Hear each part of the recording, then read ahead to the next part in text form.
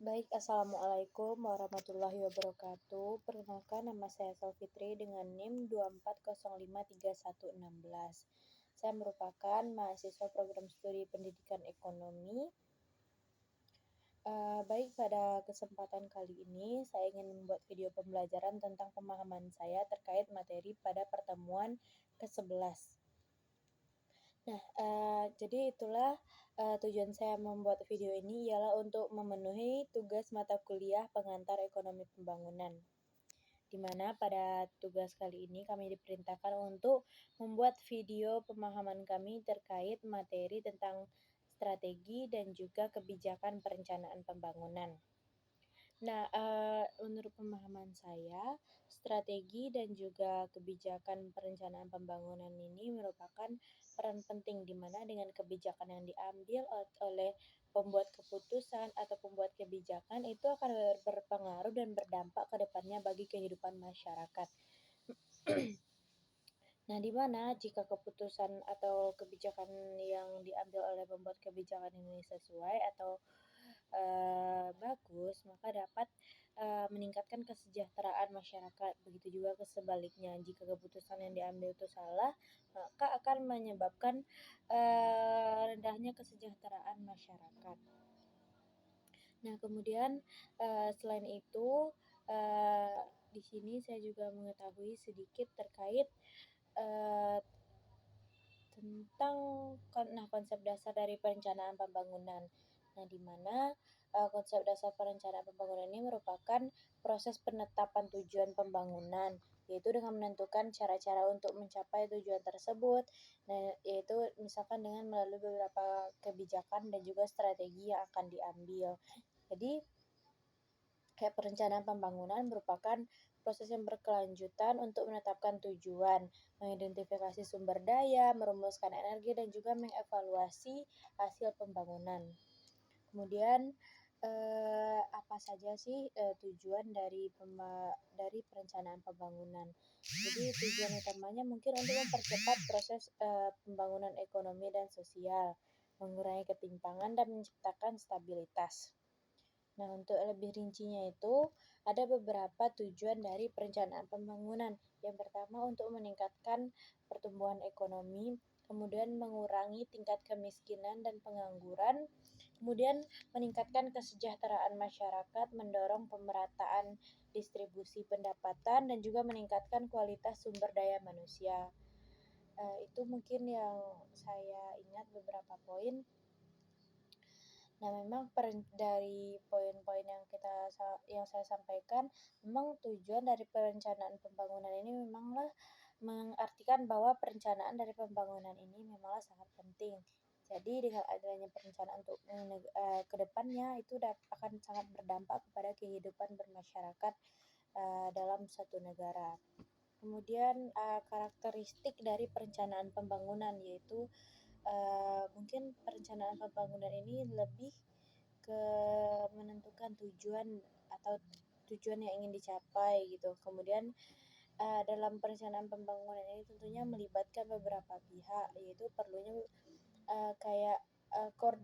adanya perlunya berkoordinasi dari beberapa sektor. Nah, terutama mungkin sektor yang pusat dengan daerah gitu.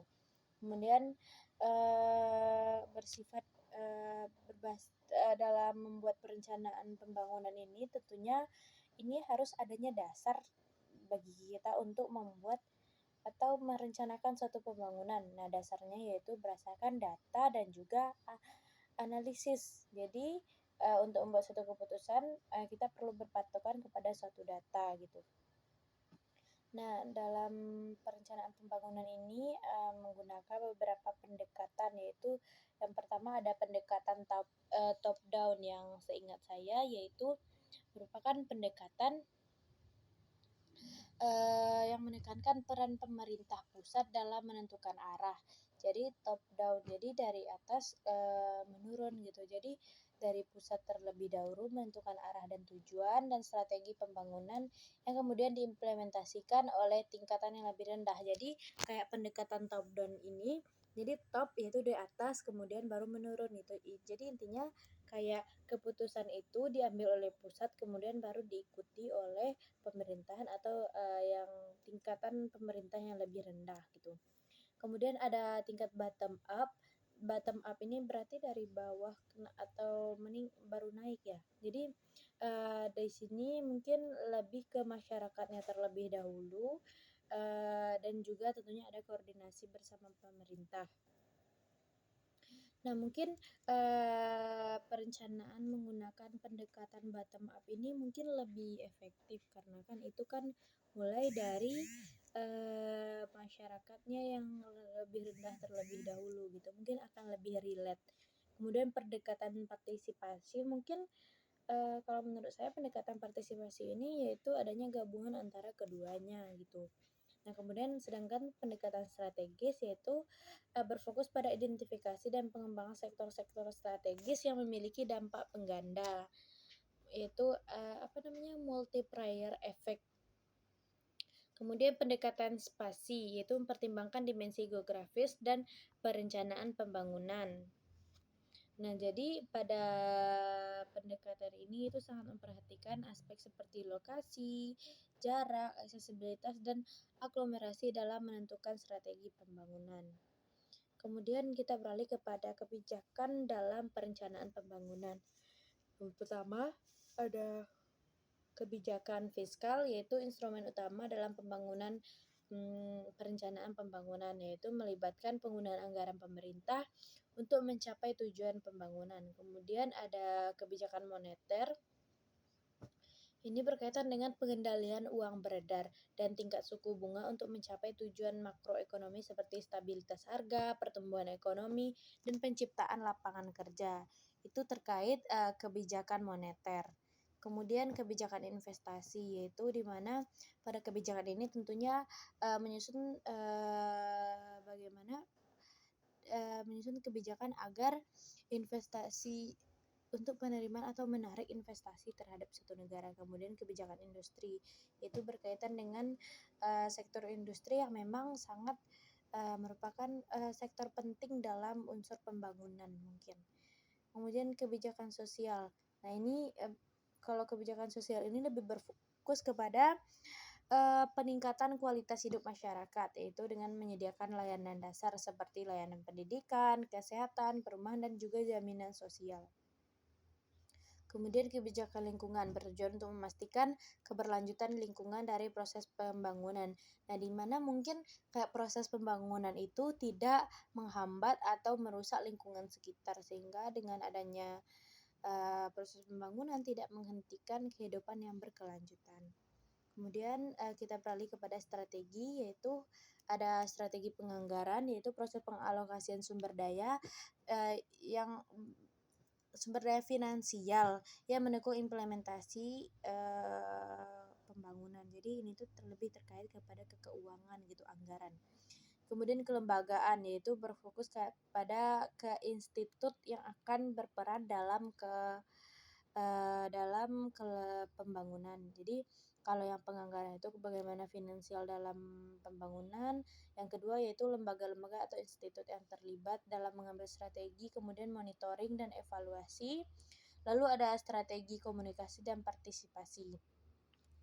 Nah, untuk kasus-kasus perencanaan pembangunan nasional yang ada di Indonesia, yang pertama ada sistem perencanaan pembangunan nasional atau disebut dengan SPPN, kemudian ada kebijakan desentralisasi dan otonomi daerah. Nah, ini memberikan wewenang lebih besar kepada pemerintah daerah dalam merencanakan dan mengimplementasikan proses pembangunan yang sesuai dengan konteks lokal.